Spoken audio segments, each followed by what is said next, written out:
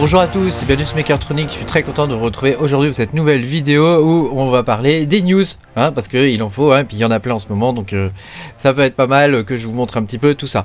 Pensez à mettre un petit pouce bleu et à vous abonner à la chaîne si vous n'êtes pas abonné, et puis je vous rappelle que vous pouvez me soutenir en cliquant sur le bouton rejoindre là sous la vidéo, ça m'aide beaucoup. Merci à tous, on va pouvoir commencer. Alors, déjà on va parler du Caspa, parce que ce qui est en train de se passer sur le Caspa c'est juste ouf quoi. Donc déjà il y a les wallets hardware hein, qui vont arriver, hein, donc moi je les attends avec impatience hein, pour pouvoir stocker un peu mes coins hein, parce qu'actuellement je suis en partie sur KD, il faut pas mettre tous ses œufs dans le même panier hein, donc je suis en partie sur KDX et en autre partie sur le web wallet, voilà, mais bon j'aimerais bien quand même avoir un hardware wallet, ça me paraît quand même safe quoi. Donc ça c'est quelque chose qui est en cours de développement, hein. Je pense que je vous en avais déjà parlé dans la dernière vidéo, mais voilà, je voulais quand même le redire, parce que c'est important. Deuxième news sur Caspa, hein, c'est évidemment le fait qu'il va être listé bientôt sur un nouvel exchange du top 10, hein, et on peut voir qu'ils ont déjà quasiment réuni, qu'est-ce qu'il y a écrit, 66% du total, hein, des 100 000 dollars demandé, hein. Donc c'est encore la communauté hein, qui porte le coin, hein. Comme on a pu le voir sur le Nexa aussi, hein, c'est la communauté qui porte le coin, hein. Donc c'est quand même quelque chose d'assez fantastique, hein. Et ça se ressent au niveau du cours, hein, parce que comme on peut le voir, bah là c'est, je sais pas si vous voyez là, mais c'est vertical, hein. C'est un truc de ouf, c'est vertical le truc quoi.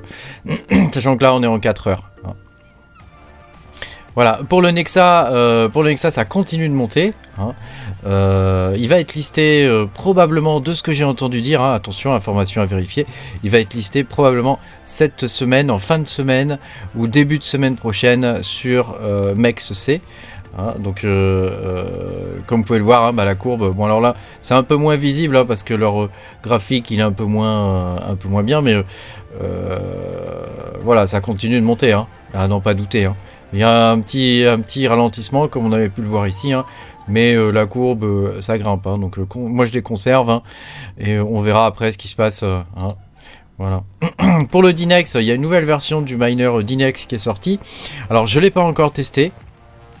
Je sais que pas mal du monde sur mon Discord l'ont testé. Moi je ne l'ai pas encore testé parce que j'avais pas mal de choses à faire malheureusement, donc j'ai pas eu l'occasion de le faire. Mais ça va pas tarder.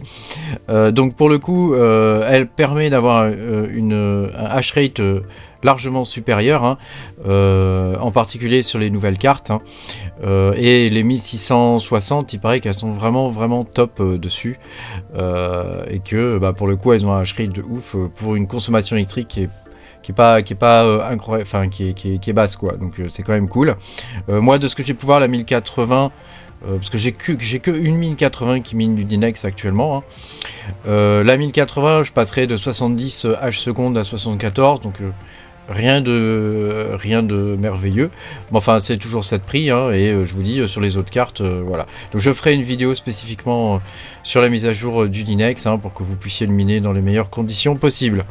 Voilà, enfin les grosses news hein, qui arrivent, hein, qui a été annoncée cette semaine, hein, c'est que ça y est, Flux a lancé WordPress sur sa plateforme de cloud.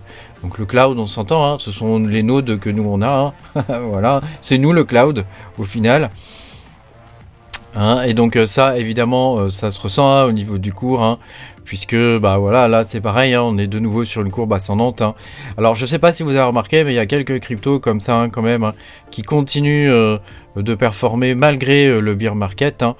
Donc moi je trouve que voilà, c'est des cryptos sur lesquels il faut miser, hein, je pense, hein. Après bon, je peux me tromper, hein, mais enfin tout ce que je vous montre là, voilà, c'est à mon avis c'est sujet à exploser dans le prochain bull run, hein.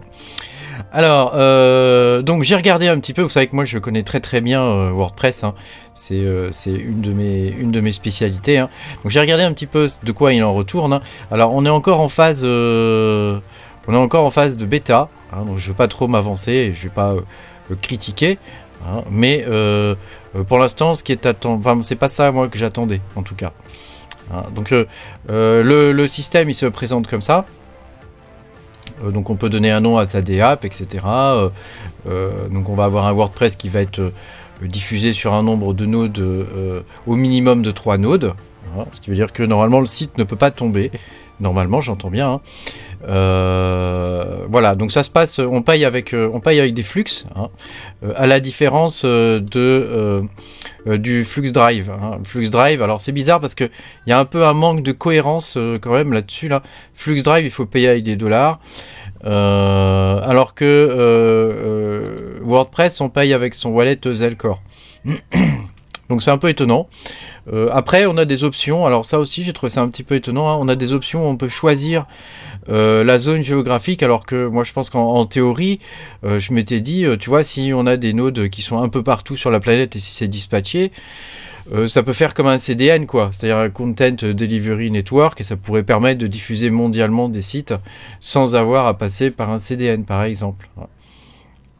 Alors, de ce que j'ai pu revoir, ça fonctionne, hein. Ça fonctionne très bien même. Par contre, il y a des limitations, donc c'est pour l'instant, hein, il y a des limitations. Je pense qu'ils vont améliorer la chose au fur et à mesure, hein, dans le sens où on ne peut pas accéder à la base de données de WordPress. Alors, c'est quand même important de pouvoir accéder à la base de données, hein. Et on ne peut pas accéder aux fichiers non plus. Alors ça aussi, c'est quand même quelque chose d'important parce que le back-office de WordPress permet de faire beaucoup de choses, mais de temps en temps, on a besoin de faire de retouches de code, des trucs comme ça, tu vois, enfin, charger des fichiers qu'on veut partager à des clients, des choses comme ça, ou à des gens, hein. Et là, il est nécessaire quand même de pouvoir accéder aux fichiers, ne serait-ce que pour pouvoir faire les backups du site, hein, ou pour pouvoir prendre son site actuel, qui est sous WordPress, et pouvoir le télécharger sur la plateforme cloud de Flux. Hein. Donc, ça veut dire qu'actuellement, l'import-export de site n'est pas possible. Donc, si tu veux un site hébergé sur Flux, un site WordPress hébergé sur Flux, il faut le construire, quoi. En gros, tu peux pas prendre ton site WordPress, par exemple, et que tu héberges, je sais pas, moi, chez OVH ou ailleurs, hein, et puis aller le poser, tu prends ta base de données, tes fichiers, tu vas poser tout ça sur le cloud, Flux, et roule, quoi.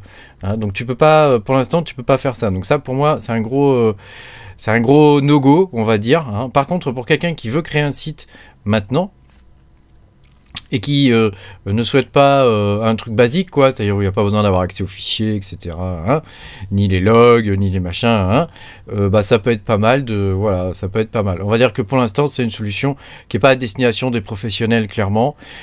C'est une solution qui est à destination des particuliers ou des gens qui veulent se créer un site pour pas cher. Hein, parce que je crois que les prix, ils les donnent dans la fac. Hein.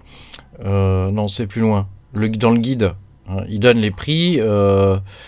Tu vois, il y aura quatre formules. Hein. Il y en a une avec un core, 0,5 Go de RAM et 20 gigabits de SSD.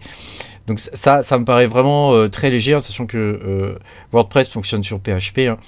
PHP, il a besoin de puissance au niveau du processeur. Hein, si tu veux pouvoir accueillir un certain nombre de visites, hein, on va pas parler d'un petit site vitrine, mais d'un site quand même qui fait, je sais pas moi, 50 ou 100 000 visites. Là, on n'y est pas du tout, quoi. Mensuel, hein, j'entends. Hein. Là, on n'y est pas du tout. Bon, hein, Pro, 4 corps, pourquoi pas. 4 corps, ça peut être pas mal. 6 corps, là, on est déjà sur quelque chose de plus intéressant avec 8 Go de RAM. Donc, je pense que ça, la version entreprise pourrait être intéressante à partir du moment où on peut avoir accès aux fichiers, etc. Hein. Mais c'est vrai que pour l'instant, c'est un peu limité. Alors, le nombre, au niveau du paiement, de ce que j'ai vu... bah, c'est pas très cher, hein, quand on compare à la concurrence, hein. Alors attends, j'avais vu ça où, je vais le retrouver. Je crois que c'était par là. Voilà, tu vois. Donc là, c'est pas cher, hein, tu vois, 7 $. Hein. Et pour la version 8 CPU, hein, c'est 25 $. Sachant que si tu prends cette même version-là chez OVH, hein, je vais pas comparer au grand du marché, mais... OVH, c'est un des plus grands en Europe, hein. Et donc si tu compares à OVH, c'est intéressant. Hein. C'est intéressant, sachant que de louer un serveur, ou même un VPS, avec 8 cœurs, ça va te coûter au minimum 40 balles, au minimum, hein, chez OVH. Hein.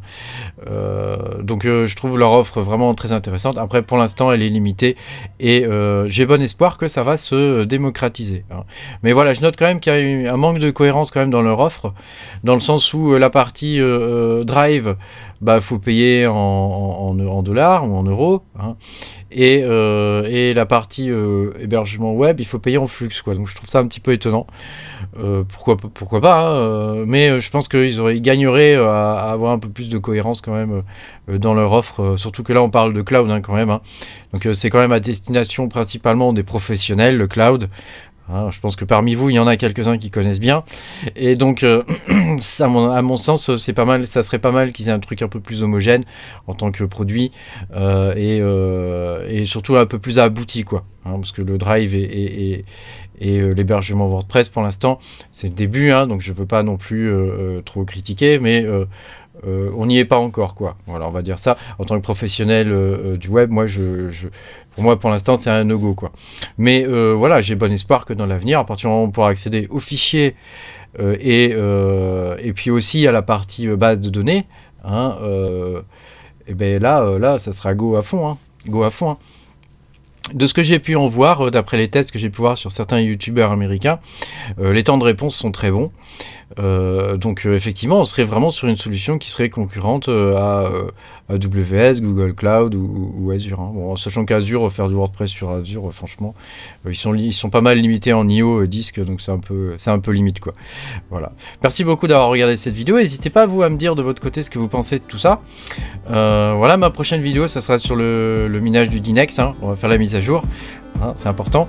Et puis voilà, c'est tout. À bientôt hein, pour de nouvelles aventures. Ciao, ciao.